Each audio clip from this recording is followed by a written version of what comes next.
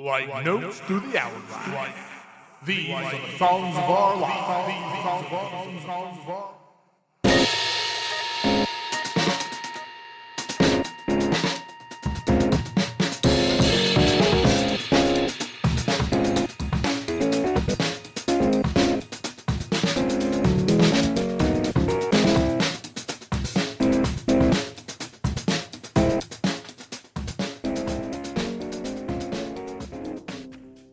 Hello and welcome to the latest episode of Songs of Our Lives. I'm Brad Rose. I'm an artist and composer, a writer, the founder of Foxy, Digitalis, and someone who thinks about music and sound far more than is healthy. Each week, I invite on a guest to talk about the songs and the music that has meant a lot to them and left its mark. Previous guests include James Toth, White Boy Scream, Patrick Shiorishi, Ryan Sawyer, Dorian Wood, Marissa Nadler, and so many more. But this week, I am absolutely thrilled to have David Garland. The man is a legend, an absolute. I mean, you know, you can't argue that. He has done so much over the last, 40 plus years, 50 years.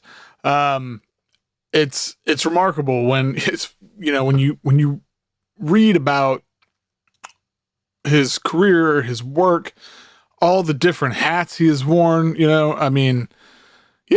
He's someone I look up to and admire and draw a lot of inspiration from. He's got a new record out called The Spark, which is out on Friday, October 10th, depending on when you listen to this. And it's an album of songs. It's his first album of songs in a while. And it just really caught me. I was excited to hear it and I wasn't expecting to just feel so drawn to it and just I don't know. I don't even have the words. I really enjoy this record. I've listened to it a lot. But even more than that, God, David was just a absolute delight to talk to. This conversation is so much fun. He has so much insight and just great stories and I can't say enough good things. So, I hope you guys check out his record, and hey, thanks for listening as always. If you enjoy this show, please subscribe, leave a rating, review, all those things. God, it helps a lot. Share it with people, send it to people. And if you like it even more, you can join the podcast. Join the Patreon, patreon.com/Foxy Digitalis. You get longer episodes, you get them early, ad-free, little as $3 a month. And that ongoing support really, really helps. But beyond that, if that's not for you, at least check out David's record. And, like I said, I had absolute delight doing this. Hope you all enjoy it.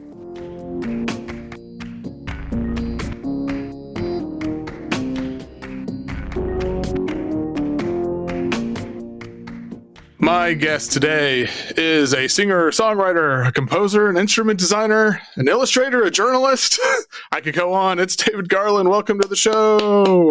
Brad, glad to be here. I enjoy this program, this podcast. I've been listening for at least over a year now. So, wow, thank you. That's participate too. Great. That's wonderful. Well, you've got a new record called The Spark that is out this Friday on the 10th. And I guess the place I wanted to start is you mentioned in the album description that the album kind of arrived suddenly a couple months ago. Mm-hmm. And I'm curious what was happening, what was going on in your life that sort of made these particular songs need to exist. Well, my first album came out in about 1987 or so. Mm-hmm. That was an album of songs bringing together my various sort of avant-garde and pop influences. And so ever since, I've been writing songs and releasing albums of songs, but it's been a few years since I did an album of songs. I've been doing instrumental pieces on my own and in a duo with my son. We call that Garlands. But somehow I wasn't thinking in lyrical terms, and lyrics are, to me, a very important part of what makes the song form something special, something worth exploring and worth listening to. And then, I don't know, it's influences in my life over the last couple of years. My wife died of cancer 6 years ago. I kind of addressed that in music instrumentally. And these songs are not really about that sense of loss. They're actually more about trying to keep living what I've been going through as I try to make a new life for myself and navigate the changes. And so I'm back kind of to just looking at the world as I always did, from my own point of view and in my own way, try to make observations and reflections and refractions of what I see, and suddenly those had words, those had a voice, as I wanted to directly sort of address some of the feelings that I've had recently. Yeah. There's something I really like about the phrase that, like, new intent grew on nurtured ground. I think that was it. And it suggests kind of to me like that you've been tending to something without even knowing what eventually sort of bloom here or come here. Well, that's how I work, really. I don't just sort of sit down and imagine an end result and then carry that out. It's all a matter of exploration and experimentation and discovery. What is specific to some of the songs on there? So one of the things I really like, you cover Ed Askew's "Mr. Dream," yes, which is a wonderful song. Yeah. And Ed was someone that you knew and kind of championed on Spinning on Air. What does that song kind of mean to you, and why did it belong on The Spark? I'm not sure exactly why it belonged there. That's kind of, for me, the power of song and even the power of an album. It's to some degree, it's a poem in a sense. I mean, putting everything together. There are aspects of it you understand and some things that fit and you can't give an actual literal explanation of why. Right. But I felt that song, one thing I like about it and one thing that made me want to record it is that it's definitely not a song that I would write myself. So it was, I'd like to have the chance to enter into Ed Askew's world. And the words are fantastic. They're kind of it's definitely not something literal. And yet it has a focus. I understand that it was written not long after the Kennedy assassination, President Kennedy, and that there are in some way or another references to that, but it references it quite abstractly. But it does describe like a time of change. Yeah. Everything's shifting now is the...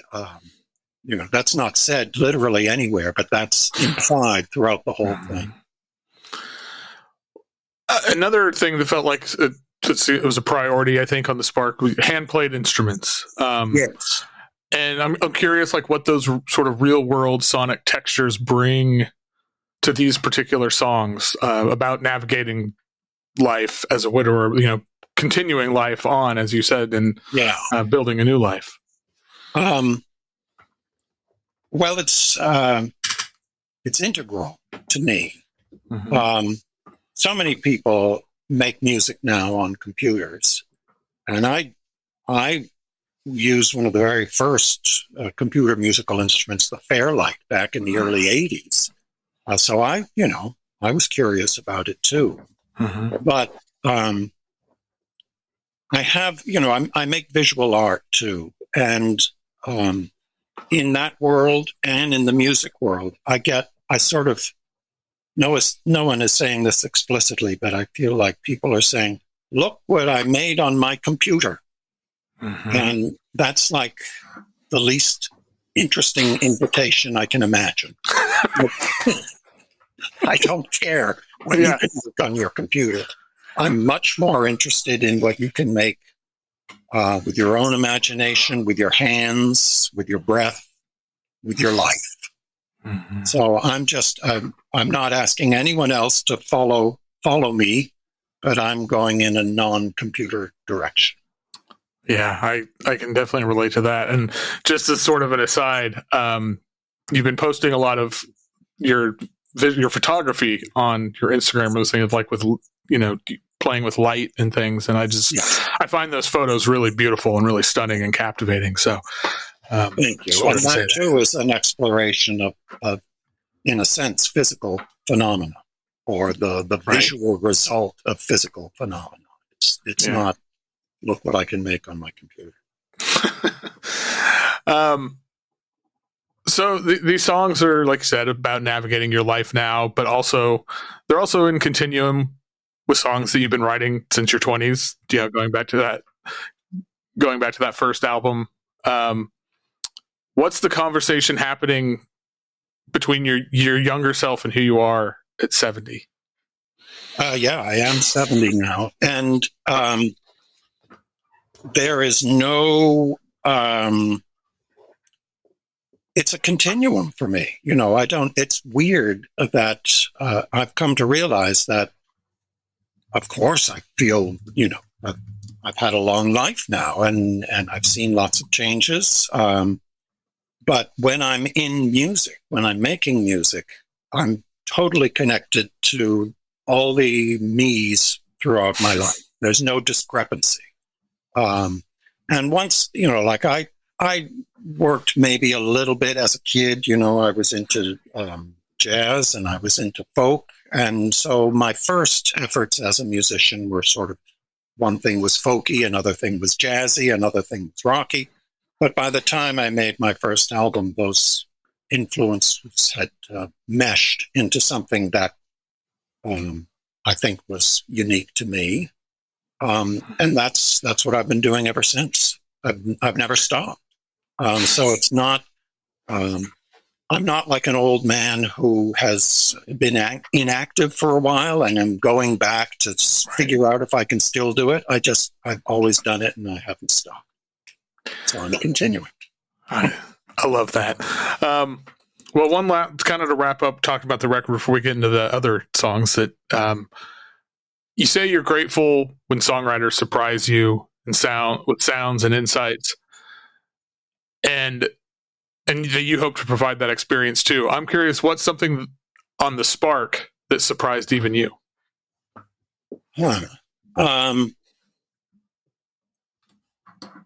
Well, there's for me, there was something surprising about each song, I think. There are songs. Well, one thing is that there's a drum set on several of the songs, and that's not something I presume. I don't think, I'm going to put together a band, so there's got to be a drummer. That's an open question for me. And I've done a lot of albums that don't use drums. But my friend Otto Hauser, I knew was just the right one to play on this.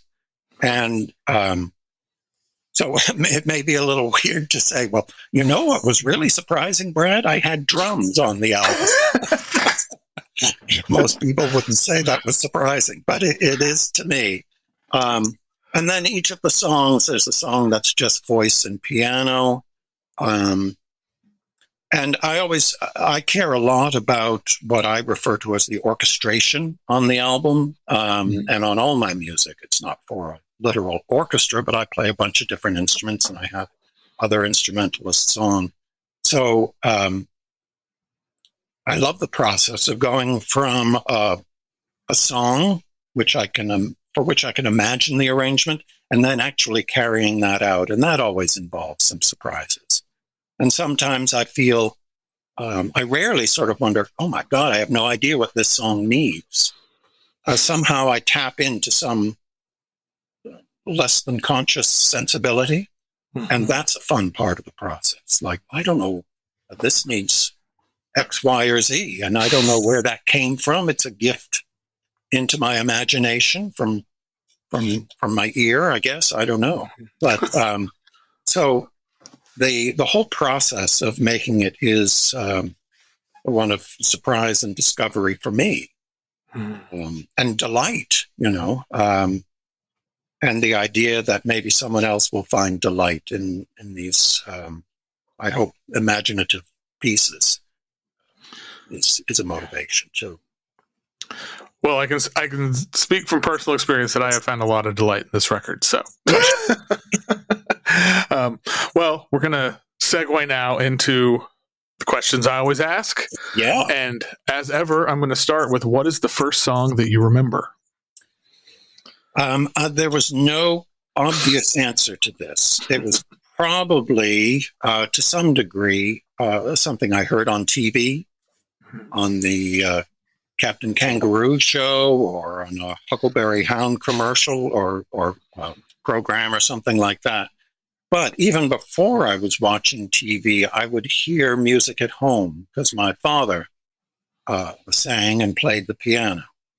And that's something he would do regularly, clearly for his pleasure, you know.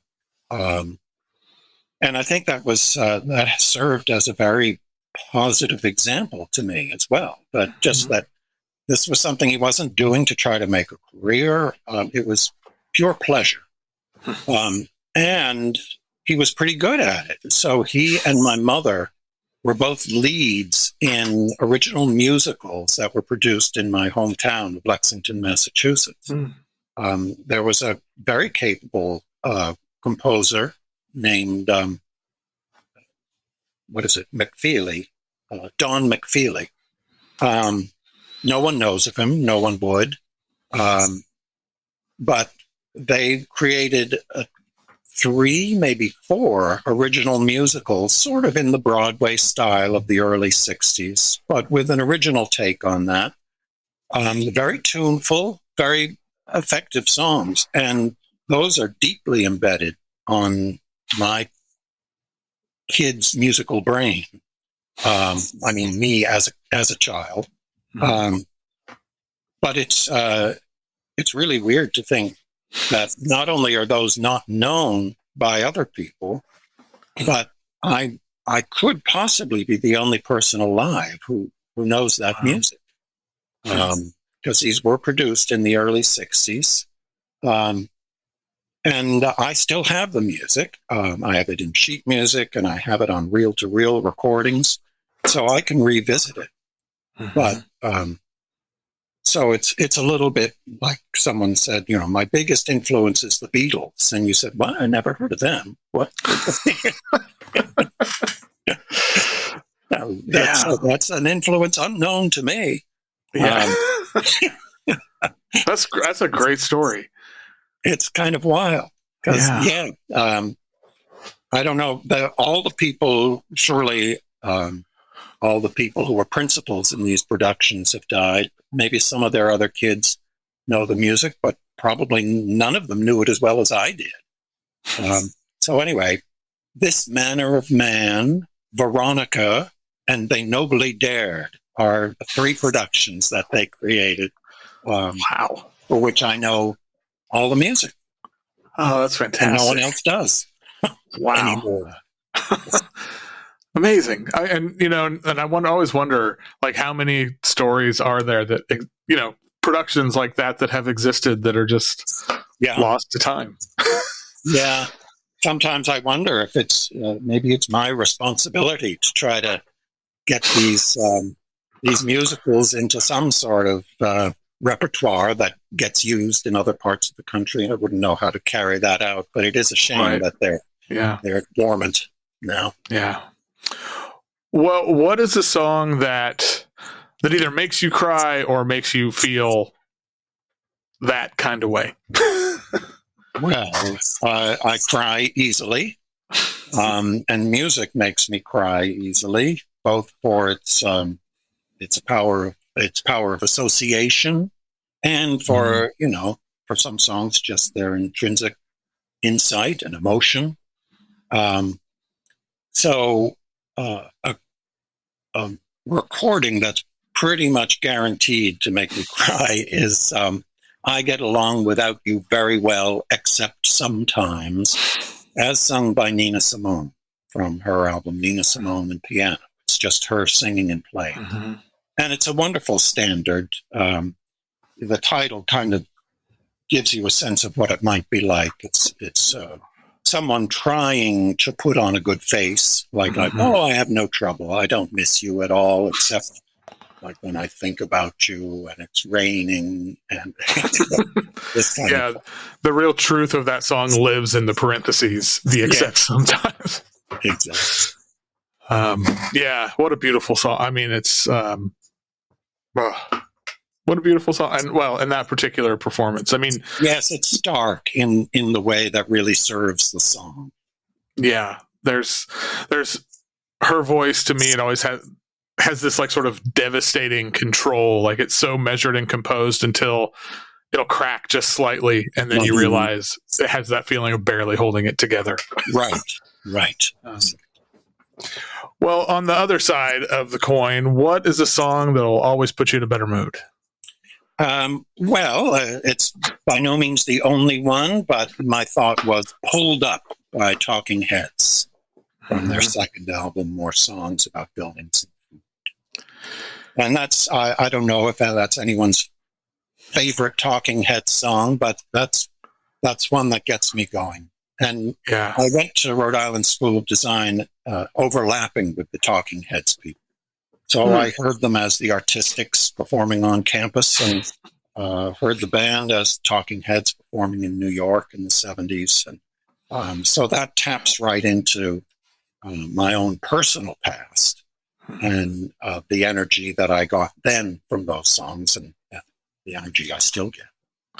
Yeah, there's something very like kinetic and alive about this that it, for me, it lifts my mood too. Like I can put this on and it just sort of, it just it's impossible to be as upset maybe as I was. I don't know. It's well, everyone's favorite question. What is objectively the best song of all time? I do like that question, because of course there's no objective answer, but I could point to all sorts of reasons why it might be One by One by Connie Converse. And just this whole question of objective opinion about music. I had an interesting experience. I used to have a radio show on WNYC for 30 years. And during one fundraiser, we thought, it'd be interesting to ask the audience what their favorite music is. And you asked me that question, and I'm going to start thinking about the intrinsic value, what's innovative, what's smart or clever or effective about the melody and the shape of it, and about the harmony and the voice and this sort of thing. But I was surprised. I learned something from that, because almost everyone who responded was, this is my favorite music because it reminds me of my time in high school. Or this is my favorite music because when I was a kid, XYZ, or, when I got married, this was played. So it was all from this, from the perspective of a personal milestone of some kind. Mm-hmm. So it had nothing to do with the music. It was overly subjective. It was just, this reminds me of me. So I like it. Yeah. And I thought, wait a minute. There's good reason for that, but then you're missing out on a million dimensions of song if your only reference is yourself. So I think there is, you can somewhat objectively evaluate a song, even if you can't name the best, but you can, there are certain criteria. Does this do this? Or, how's the melody? How is the shape of it? How's the form? How's the harmony? All that. And I feel that One by One by Connie Converse is so beautifully understated or stated in an effectively minimal way.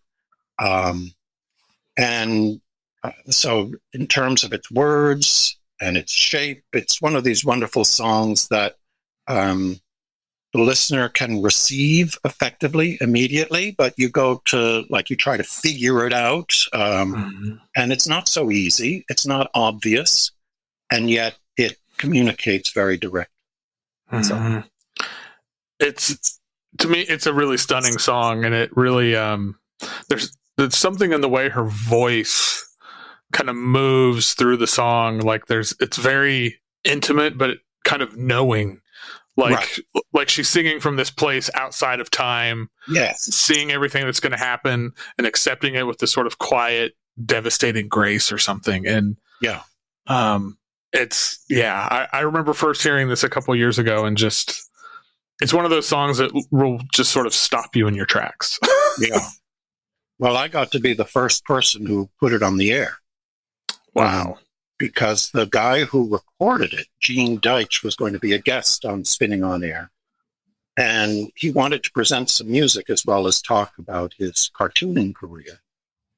And he sent me in advance some of the pieces he wanted to play. And it involved, he'd been living in Czechoslovakia, or the Czech Republic. And so we had Dixieland bands from the Czech Republic and all these things that I thought, oh, kind of interesting. And with things that he had recorded as an amateur fan. And included was One by One by Connie Converse. And wow. I listened to the Czech Dixieland bands, and then Connie Converse came on. Like, who is this? And I wondered at first, is this a song I know? Because I think it has that power. Like it's a, seems it has the power of an old folk song. But so we very much featured that when he came to visit the show, and that was the first time that song I think had ever been broadcast, and the first time her voice had been heard, perhaps on the radio ever. I know she was in a television broadcast back in the 50s or early 60s, but anyway, so that started the whole. Thank goodness, it started a whole interest in discovery of her work, which had been recorded in the 50s, but has never been released. Wow, that's incredible. Yeah, I'm very grateful for that. Well, what is the song that you used to love, but you've heard it recently, or if you think about it now, it doesn't quite do it for you or do it for you the same way? Well, I answered this with what was kind of an arbitrary choice, and it's "I'm Going Home" by 10 Years After, and it's it could be any sort of 60s British blues thing. There was some big anniversary for Woodstock a few years ago. I heard a lot of the material that had been performed at the original Woodstock, again for the first time in years. And it was so much of it was kind of bluesy and half-assed. And I didn't, I kind of viscerally felt this discomfort of the white bands playing this black music.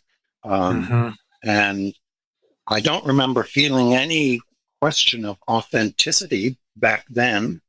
Right. But now when I hear that stuff, I think God should have been exploring in some other direction that's a little closer to home. Yeah, that makes a lot of sense.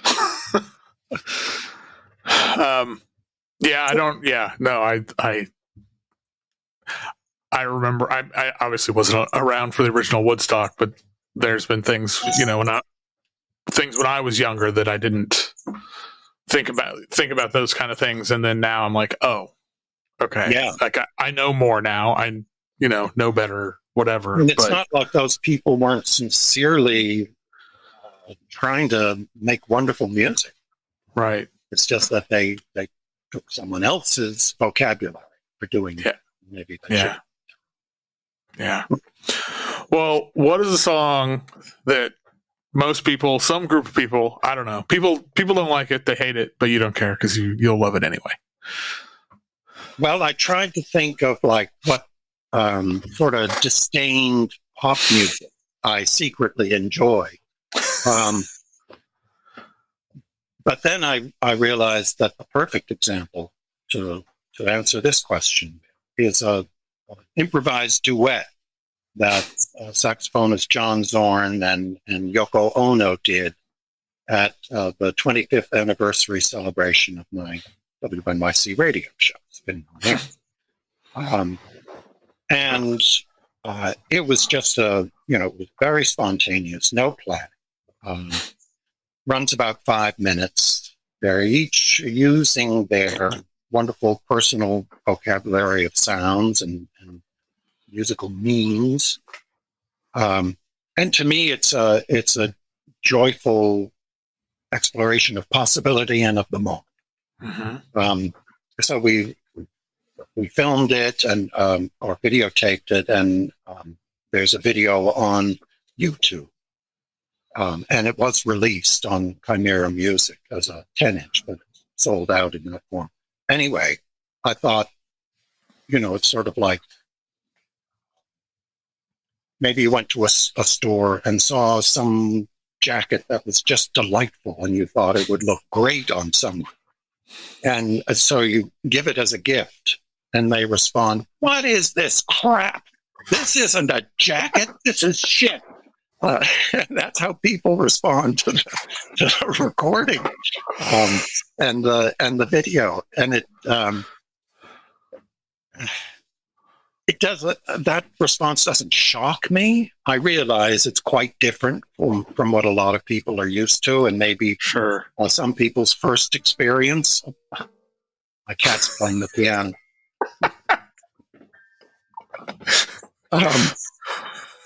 But I'm so sorry that people can't join in the joy of that moment. Mm-hmm. And they have to shun it. They have to dismiss it. They have to destroy it, as best they can with a comment on YouTube. Mm-hmm. It's a weird thing. Because it never occurred to me to say, "What is this shit?" Right. I might say, "What are they doing?" Or "What is this wonderful musical gift?" Yeah. to come at it from such a closed-minded, self-denying way, I didn't expect. Yeah. I mean, I had never heard this before, but I found it utterly exhilarating. Yeah. That I think you, as you described it, like not knowing like what's going to happen, what is the, and to me, I think that's kind of what you're describing. I always try to approach anything like with music, like with curiosity. Because there's plenty of things that I don't necessarily like or understand, but I know other people do. So I want to try to understand that, or I'm curious, and I go back to as the third episode of the show when I had Eric Mingus on, Charles Mingus's youngest son, and he said that one of the things his dad taught him was, in any piece of music, even if you hate it, find one thing about it that you can appreciate. It's like, well, if it's good enough for Charles Mingus, it's good enough for me. So, all right. Well, on a totally different tip here, do you consider yourself a romantic? Yeah. Okay. I do. I care a lot about emotion. Yeah. Well, what is the most romantic song? Well, there are some pretty. I have some unoriginal takes, like "Let's Get It On" by Marvin Gaye. But one piece of music, and I think it can qualify as a song, is "Songs and Views from the Magnetic Garden" by Alvin Curran. It's a piece from the early 70s, I think. I don't really know when it was made, but it's somewhat of a tape collage, but with a lot of hand-played stuff and some singing, and the sounds of water. It's maybe 15 or 20 minutes long, but that's actually a very nice length of time if you're listening with someone you love. And I think it's beautifully graceful and sensuous piece. So I would call that romantic. I think this is a wonderful answer. I think I love this piece of music, and I think that the You way would those, open. I adore it. And I think like the way those sort of different elements like find each other across the runtime. Like sometimes they kind of collide together, and then sometimes they sort of harmonize in these unexpected ways. To me, that very much. And I hadn't really thought about it until you answered it with this question with this song of like, I feel like that mirrors this sort of alchemy of two people discovering that they fit together. Mm-hmm. And I think that's real. Like Nice. now that's how I think about it. And I think it's a beautiful answer. Good. Yeah, wonderful piece. I Yeah. hope correct people to hear it. Yes. Correct them Well, what is the song that changed your perspective on an artist, either for better or for worse? The answer is Holiday by the Bee Gees. I didn't really get to know the Bee Gees very well when they were new. I'd hear them on the radio, but I never bought a Bee Gees album. But at some point just a few years ago, I think it was during the pandemic, I started listening to some of the early Bee Gees stuff, the stuff from the mid to later 60s. And absolutely brilliant. And what made me realize it had a kind of brilliance was tuning into the lyrics. I love the possibility of lyrics. And this song, I used to hear it on the radio. Ooh, you're a holiday, such a holiday, and it seems like some sort of celebration of something. And it's pretty. But then I'm going to read you the lyrics. Okay. It's like it's straight out of Parisian surrealism. So, ooh, you're a holiday, such a holiday. Ooh, you're a holiday, such a holiday. It's something I think's worthwhile if the puppet makes you smile. If not, then you're throwing stones, throwing stones, throwing stones. Ooh, it's a funny game. Don't believe that it's all the same. Can't think what I've just said. Put the soft pillow on my head. Millions of eyes can see, yet why am I so blind? When the someone else is me, it's unkind, it's unkind. Then there's a little dee, dee, dee, dee, dee, dee, kind of a jaunty little non-verbal singing. Yet millions of eyes can see, yet why am I so blind? When the someone else is me, it's unkind, it's unkind. Ooh, you're a holiday, every day, such a holiday. Now it's my turn to say, and I say, you're a holiday. It's something I think's worthwhile if the puppet makes you smile. If not, then you're throwing stones, throwing stones, throwing stones. Dee, dee, dee, dee, dee. What a fantastically weird song. Yeah. And this inexplicable line that, many lines are repeated, but it only comes once, can't think what I've just said. Put the soft pillow on my head. What does that mean? Suffocate me now? I was just delighted when what I thought was an innocuous little pop ditty proved to be not only an innocuous little pop ditty, but a surrealist weirdo song too. Yeah, Geez, and that's only one example. It's not like that's their only lyrically weird song. The right. song is very lyrically weird and musically creative too. Yeah, no, I think that's a great. Yeah, I don't know the Bee Gees like super well, but I had a similar realization some point in the recent years where it's like, oh, these guys were weirdos in the best way. Like, yeah. And again, that delights me with songs when it is this alchemy of music and words. It's not like the music helps the words make sense, and the words sort of expand the context of the music, and then you've got a synergy going on that to me is the most exciting thing that a song can do. Well, speaking of lyrics, those are great lyrics, but what are your favorite lyrics? I don't have like one thing that I point to as a favorite lyric. There are wonderful lyricists. I'd name my friend Sport Murphy and James Toth, Wooden Wand, Mm-hmm. Devendra Banhart. But my one example I'll point to now is another songwriting friend of mine, Diane Cluck. You could pretty much choose any of her songs. The lyrics are wonderful.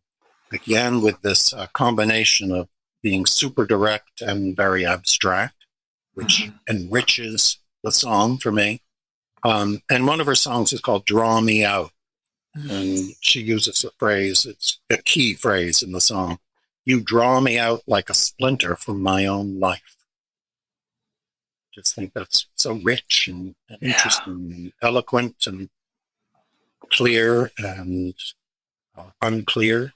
Very rich. Yeah, she's a wonderful lyricist.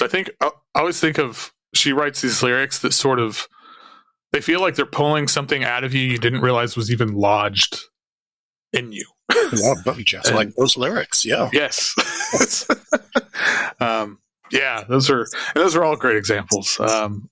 James Toth, I've been a fan of his work for so long. Had him on the show earlier this year, and I think I think he's very underappreciated as a lyricist, maybe because I remember when that Harem, Sundrum, and the Witness Fig, that song, like 20 years ago now, came out, and just being just so taken with the lyrics, because he does that great thing of combining these familiar, direct things with very strange imagery, and it just creates a whole world. It's wonderful. And of course, Bob Dylan does that too. As just one example, one of the best known examples. Sure. Well, okay. What song have you or can you listen to the most? Well, again, it's the answer is not just one song or not a particular song, but a whole album, Astral Weeks by Van Morrison. Which I probably have literally listened to more than anything else, even though I've listened to a lot of stuff. I didn't know that album like in 1968 when it came out, but I got it in maybe 1970. And I just thought it was incredibly gorgeous. Again, it's this combination of sort of original utterance and poetry, and that the lyrics mix specifics with abstracts, and musically, I thought it was gorgeous the way it includes the double bassist Richard Davis, and he adds so much to it. I've read since that Van Morrison said, "Oh, it wasn't supposed to be like that. It was supposed to be more like R&B." Well, someone had a good idea in how it was put together, and I think it's a fantastic journey. I love albums that are journeys. Mm-hmm. I think that's it is. It's a journey. It takes you places. Yeah. And you don't quite end up in the same spot you started. And that's a beautiful thing. And musically, it's not super sophisticated or anything, but I think emotionally and textually and textually, it's very, very rich and sophisticated. Yes. Yeah, I think that's a really good description. Well, what was the last song you completely fell in love with? This might be something that you don't know. A singer-songwriter named Jen Zimberg, and her song "Leave Room." She wasn't someone I knew of until I saw her present her song cycle about Joan of Arc a few months ago. It was an event I went to up in Hudson, New York, just because I was curious, not because I knew it was going to be good. And she had she was so focused, and she had such an effective presentation of the material, very understated, formed just her with her guitar entirely acoustically in an art gallery, no microphones or anything. So Jen Zimberg, her Joan of Arc song cycle hasn't been released yet. So I had her, I wanted to help support her in any way I could. So she came over to record some of those Joan of Arc songs at my place. It's a kind of demo. But meanwhile, she's got a couple albums that you can find on Bandcamp, Spotify. And there's this alchemy of words and music, and her voice, which is beautiful, but unfancy. Yeah, I hadn't heard of her or the song or anything, but was totally, when I put it on when I was prepping for this last week, just completely mesmerized by it, and just the way, like, there's such a interesting combination of her voice, like you said. She has this really incredible voice, but like you said, it's not fancy. I think that's a really good word. And then the way she plays guitar, I think I really liked how she played guitar, and it just, the timing was really good. It's Bandcamp Friday last Friday, so I immediately bought this record. I'm really curious about this Joan of Arc song cycle. That sounds really interesting.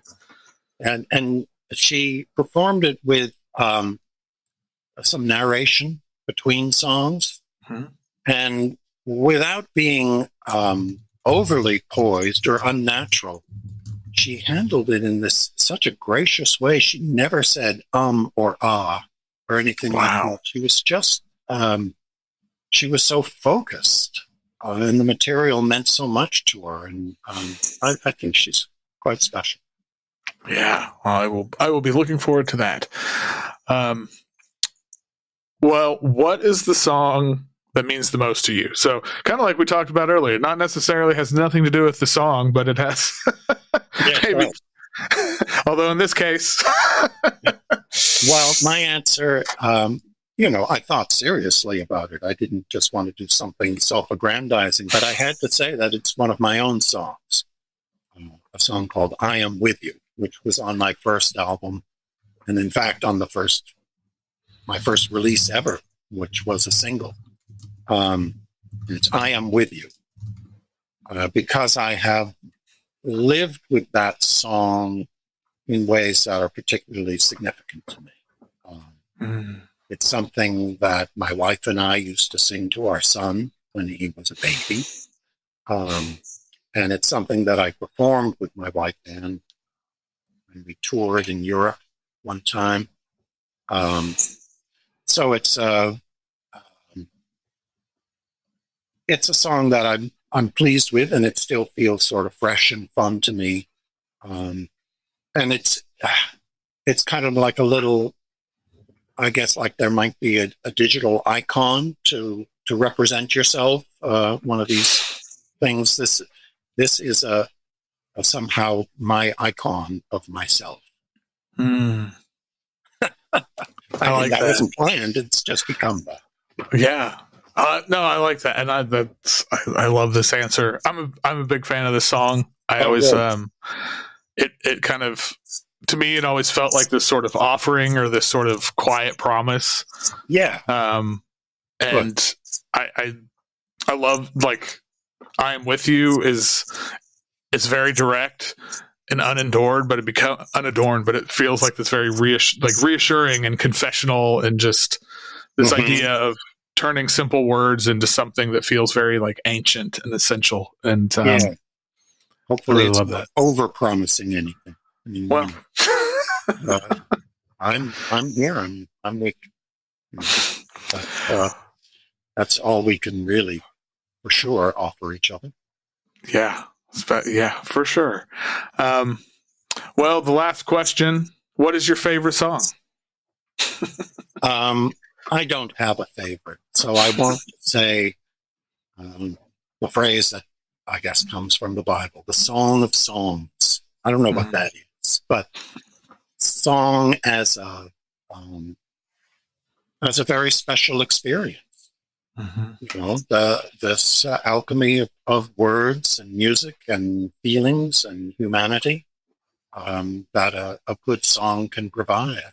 It's there's nothing else like it. It's a special combination of elements that enrich one another and illuminate one another and can give such an abstractly deep sense of insight and connectedness.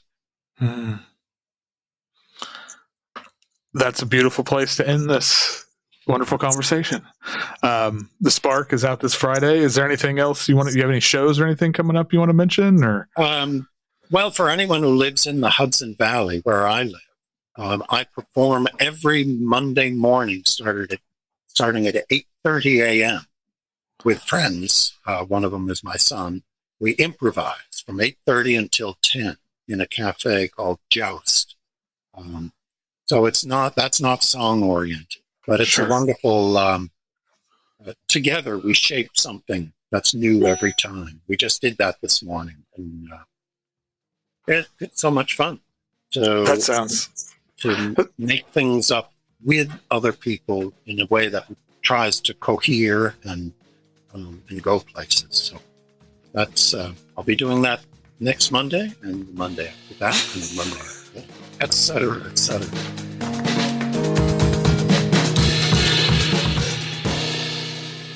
Once again, thank you to David Garland for taking the time shortly after his weekly improv session. Isn't that the coolest thing? Monday morning, you get together with his, your son in his case, but just a group of friends, group of people, and improvise for an hour and a half Monday morning. Amazing way to start a week. Anyway, check out The Spark. It is out now. Links in the show notes to that, to his picks, all those things. What a joy this episode was. Thank you all for listening. Until next time, keep on listening to whatever the hell you want.